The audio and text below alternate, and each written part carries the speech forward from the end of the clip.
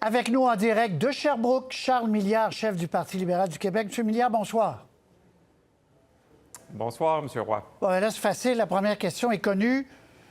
Comment cette crise tarifaire va influencer la campagne et votre campagne?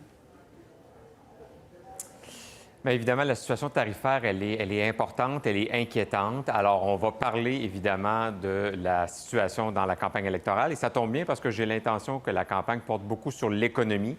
D'ailleurs, je vais faire plusieurs annonces de mesures en ce sens-là dans les prochains jours. Mais il n'est pas question, M. Roy, qu'on parle seulement de Donald Trump. On va parler de Christine Fréchette, on va parler du bilan de la CAQ, on va parler des projets de mes adversaires. Je pense que les Québécois méritent une campagne tout azimut qui va parler de ce qui concerne vraiment les Québécois et les missions de l'État au Québec. Depuis la réaction du gouvernement Fréchette, depuis samedi, la crise, est-ce que vous auriez fait les choses différemment?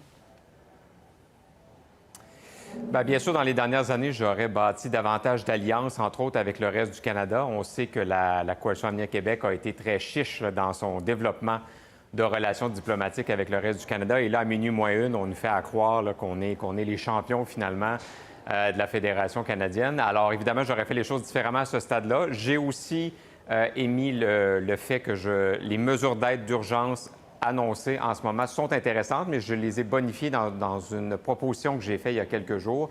Je pense qu'une partie de l'aide devrait être non remboursable pour donner de la liquidité rapidement aux entreprises touchées. Et je pense aussi que l'État doit être un meilleur client auprès de nos fournisseurs, auprès de nos entreprises québécoises, entre autres en abolissant la règle du plus bas soumissionnaire. Alors, ce sont des mesures économiques très précises que je vais décortiquer, que je vais vulgariser, que je vais présenter aux Québécois pour leur montrer qu'il y a un gouvernement alternatif qui existe, une autre solution, une autre façon de gérer l'économie du Québec. Bien justement, ce sont des mesures quand même assez précises, M. Milliard, mais qu'est-ce qui peut vous différencier sur le plan économique de Mme Fréchette pour ce qui est de l'intervention de l'État, pour ce qui est des subventions, pour ce qui est des prêts, pour ce qui est du dîner? Quelle est la différence que vous pouvez expliquer aux Québécois entre ce qu'ils ont fait et ce que vous voulez faire? Oui. Mais écoutez, regardons le bilan de la CAQ et la différence, elle est là. Je pense que le surinterventionnisme de l'État a nui aux finances publiques du Québec en ce moment. Vous savez, hier, Mme Fréchette était avec M. Legault à l'Assomption pour présenter une candidate, évidemment, et elle a qualifié, je la cite, le bilan de la CAQ d'incomparable. Alors, effectivement, il y a très peu de comparaisons quand on regarde ce qui a été fait. Alors, l'approche libérale, elle est différente.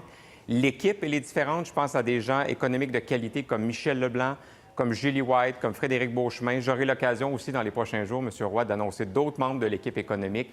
Alors, différentes approches, différentes équipes, différentes personnalités. J'entends, mais j'ai de la misère à comprendre ce qui vous distingue sur votre programme. Parce que l'économie, en principe, c'est le sujet phare pour le Parti libéral du Québec. Puis j'ai de la misère à voir, en termes de politique économique, ce qui vous différencierait de la CAQ. Je repose la même question différemment, mais ce n'est pas clair. Alors, je reprends. On va rééquilibrer les livres publics. On va rééquilibrer les finances du Québec. On a une expérience là-dedans au Parti libéral du Québec. Le gouvernement de la Coalition Avenir Québec s'est dit un gouvernement de comptables. Et finalement, les chiffres sont en déroute en ce moment. La vérificatrice générale a été très claire là-dessus la semaine passée. Alors, on a une approche où on veut créer davantage d'entrepreneuriat au Québec. Moi, je veux qu'il y ait des entreprises qui poussent partout dans nos villes, dans nos villages, dans nos rues principales, dans nos parcs industriels. Et cet argent-là, je vais la mettre au service des services publics de l'État québécois. Donc, davantage d'investissements dans nos hôpitaux, dans nos écoles. On nous laisse des services publics en déroute en ce moment. Je vais faire les choses de façon très différente, M. Roy, et j'espère que les gens vont écouter nos propositions dans les 39 prochains jours. Revoir le panier de services, par exemple, revoir certaines choses pour essayer de restreindre les dépenses publiques? Exact, mais moi, je veux surtout travailler sur le numérateur, M. Roy. Je veux qu'on génère davantage de richesses au Québec. Je veux qu'on ait une culture du oui économique. Je veux qu'on soit ouvert à développer des projets. Et je vais mettre cet argent-là au bon service de nos écoles, de nos hôpitaux, de nos agriculteurs. C'est ça ma priorité. C'est une des raisons que je suis venu en politique. Je veux qu'on ait des meilleurs services publics au Québec. Deux questions avant de vous laisser.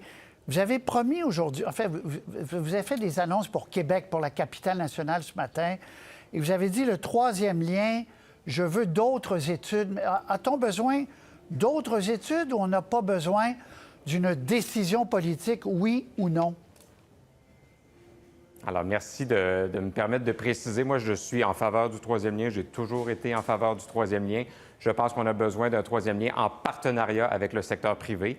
Alors, je veux reprendre où la CAQ a échoué. Je veux me rasseoir avec les experts, avec les chercheurs. Je n'ai pas besoin qu'on me fournisse des milliers d'autres études. Je veux avoir toute l'information disponible, ce qu'on n'a pas en ce moment.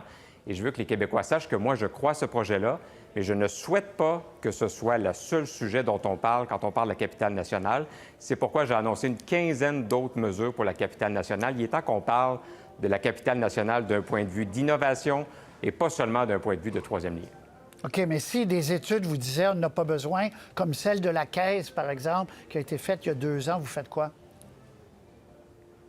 Moi, je pense qu'avec les données de l'Institut de la statistique du Québec, on va avoir un boom démographique important dans la capitale nationale, dans l'est du Québec.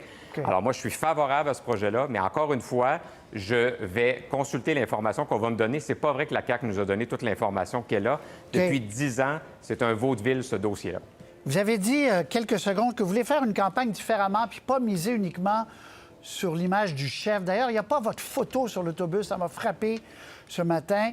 Mais est-ce que, au contraire, vous ne devriez pas, parce que vous êtes moins connu, miser beaucoup sur le chef, sur vous, et vous faire connaître davantage?